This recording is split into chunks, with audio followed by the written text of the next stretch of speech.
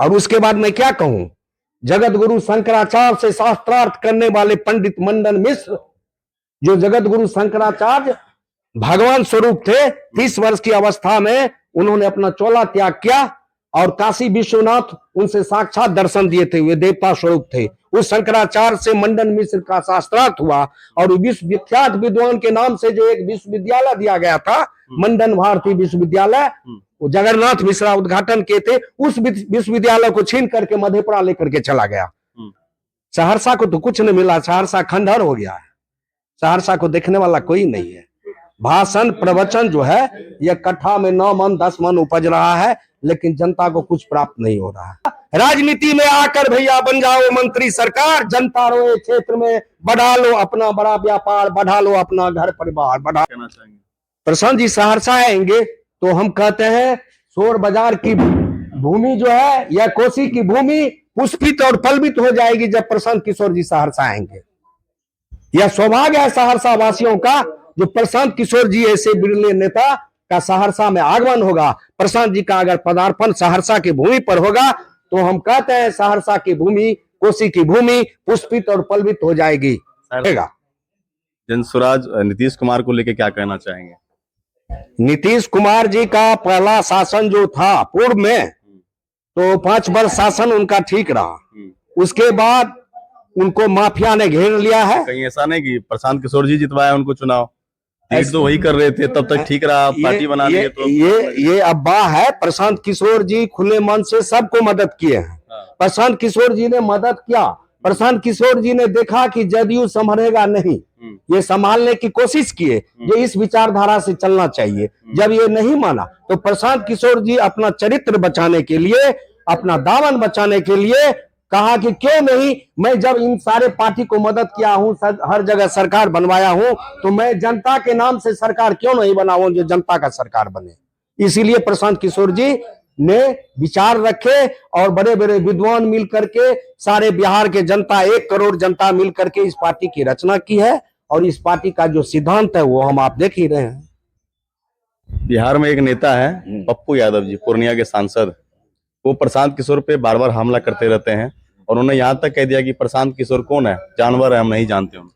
अब देखिए, विरोधी लोग ऐसे कहते हैं, मैं बड़े नेता हैं, वो भी सांसद हैं, मैं उनके विषय में व्यक्तिगत कुछ नहीं कहना चाहता हूं। मैं इतना जरूर कहना चाहता हूं कि जो कोई विरोधी कुछ कर रहे हैं तो उस विरोधी को डर है, चाहे पप्पू यादव जी हो, चाहे जदयू के नेता हो, चाहे बीजेपी के नेता हो, उसको डर है। जो प्रशांत जी जो है इस बार मैराथन युद्ध जीतने वाला है, तो क्यों नहीं मैं इनके विषय में टीका टिप्पणी करूं। तो अपना कर रहे हैं, विपक्ष का जो काम है वो करता है। छोड़ो बेकार की बातों में कहीं बीत न जाए रहना, कुछ तो लोग कहेंगे, लोगों का काम है कहना। तो ऐसा तो सिलसिला चलता रहता है। इस पर आप क्या कहते हैं? वो तो कहते हैं कि टेंट तंबू लगाने वाले आदमी है, इससे घूमने से कुछ होने वाला नहीं है, पद यात्रा से कुछ होने वाला नहीं है। कौन क्या कहते हैं, सबका अपना अपना थॉट है। जब घूमने से नहीं है तो है कोई पार्टी बिहार में जो 3 बरस से जैसे पैदल चल करके पद यात्रा करते हैं? है कोई? कुमार जी प्रगति यात्रा पे थे और बढ़िया जो एसी वाले कार में। अरे नीतीश कुमार जी का प्रगति यात्रा तो देखते हैं ना क्या हो रहा है।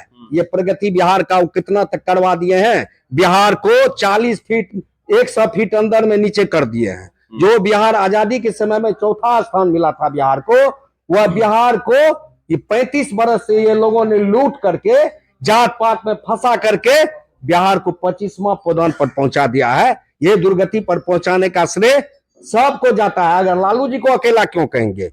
लालू जी नहीं है, एनडीए की सरकार जो है, खास करके मैं देश लेवल पर नहीं जा रहा हूं, बिहार को एनडीए की सरकार और लालू जी ये दोनों मिलकर 35 बरस में उस गार्थ पर पहुंचा दिया है जो हम आप क्या सोच सकते हैं, 25वां पदान पर पहुंचा दिया है। और जनस्वराज आएगी तो बिहार का जो प्रतिष्ठा है, खोया हुआ गौरव जो है, पुनः वापस करेंगे प्रशांत किशोर जी। मैं ये दावा के साथ कह सकता हूं, क्योंकि इस पार्टी में सिद्धांत है, इस पार्टी में विचारधारा है।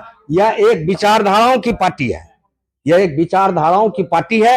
ये कहने के लिए वो पार्टी नहीं है जो कोई माफिया आ जाएगा, कोई बालू माफिया है, कोई जमीन माफिया है, कोई भ्रष्टाचारी है, कोई दगाबाज है, कोई हत्यारा है, कोई लुटेरा है, उसको इस पार्टी में नहीं रखा जाएगा। प्रधान जी पलायन रोकने की बात करते हैं और मधुबनी में आए मोदी जी, उन्होंने ट्रेन देने की बात की है कि मजदूर यहाँ से जाएंगे बाहर रोजगार हाँ, करने तो मजदूर के लिए वही श्रमिक ट्रेन दिए है ना। हाँ। मजदूर के लिए कोई बड़ा बड़ा जो है सोचते हैं, क्या कहते हैं, बुलेट ट्रेन या और ट्रेन बिहार में दिए हैं, वो सब गुजरात महाराष्ट्र में दिए हैं। सोलर वाला जो है बड़का कारखाना जो है सो गुजरात में खोला रहे हैं। बिहार में क्या किए? बिहार को अगर वो देना ही चाहते थे तो जितना चीनी मिल बंद है इतना दिन से, कांग्रेस शासित राज के समय में जो चीनी मिल चालू था, अगर सारा चीनी मिल को चालू करवा देते तो मैं समझता कि मोदी जी बिहार के प्रति वो गंभीर हैं, बिहार और बिहारियों की विषय में वो कुछ सोचना चाहते हैं। सहरसा विधानसभा में पेपर मिल भी है, उनके बारे में सहरसा विधानसभा में पेपर मिल था, जो स्वर्गीय रमेश झा जी के समय में वह पेपर मिल खोला गया था, उद्घाटन हुआ था। अब उस पेपर मिल का जो लोहा लक्कड़ जो है सब लेकर के उठा करके बेच दिया है। उतने ही नहीं हुआ है, एम्स था, एम्स खोला गया। तत्कालीन डीएम विनोद सिंह गुंजियाल के समय में एम्स खोला गया था। एम्स के लिए जो खोला नहीं, एम्स के लिए जो था जमीन गोबरगड्ढा में अधिकृत किया गया था और बिहार सचिव को लिख करके वो भेजे थे। लेकिन नीतीश कुमार जान कर करके यहाँ पर जो है एम्स नहीं होने दिया। मैं तो सहरसा के नागरिकों से हर हमेशा कहता हूं कि नीतीश कुमार खास करके सहरसा के लोगों के साथ सोतेला व्यवहार किया है। ये कभी एक भी जदयू को तो एक भी वोट नहीं देना चाहिए। और उसके बाद मैं क्या कहूं, जगत गुरु शंकराचार्य से शास्त्रार्थ करने वाले पंडित मंडन मिश्र, जो जगत गुरु शंकराचार्य भगवान स्वरूप थे, 30 वर्ष की अवस्था में उन्होंने अपना चोला त्याग किया और काशी विश्वनाथ उनसे साक्षात दर्शन दिए थे, वे देवता स्वरूप थे। उस शंकराचार्य से मंडन मिश्र का शास्त्रार्थ हुआ और विश्व विख्यात विद्वान के नाम से जो एक विश्वविद्यालय दिया गया था, मंडन भारती विश्वविद्यालय, वो जगन्नाथ मिश्रा उद्घाटन किए थे। उस विश्वविद्यालय को छीन करके मधेपुरा लेकर के चला गया।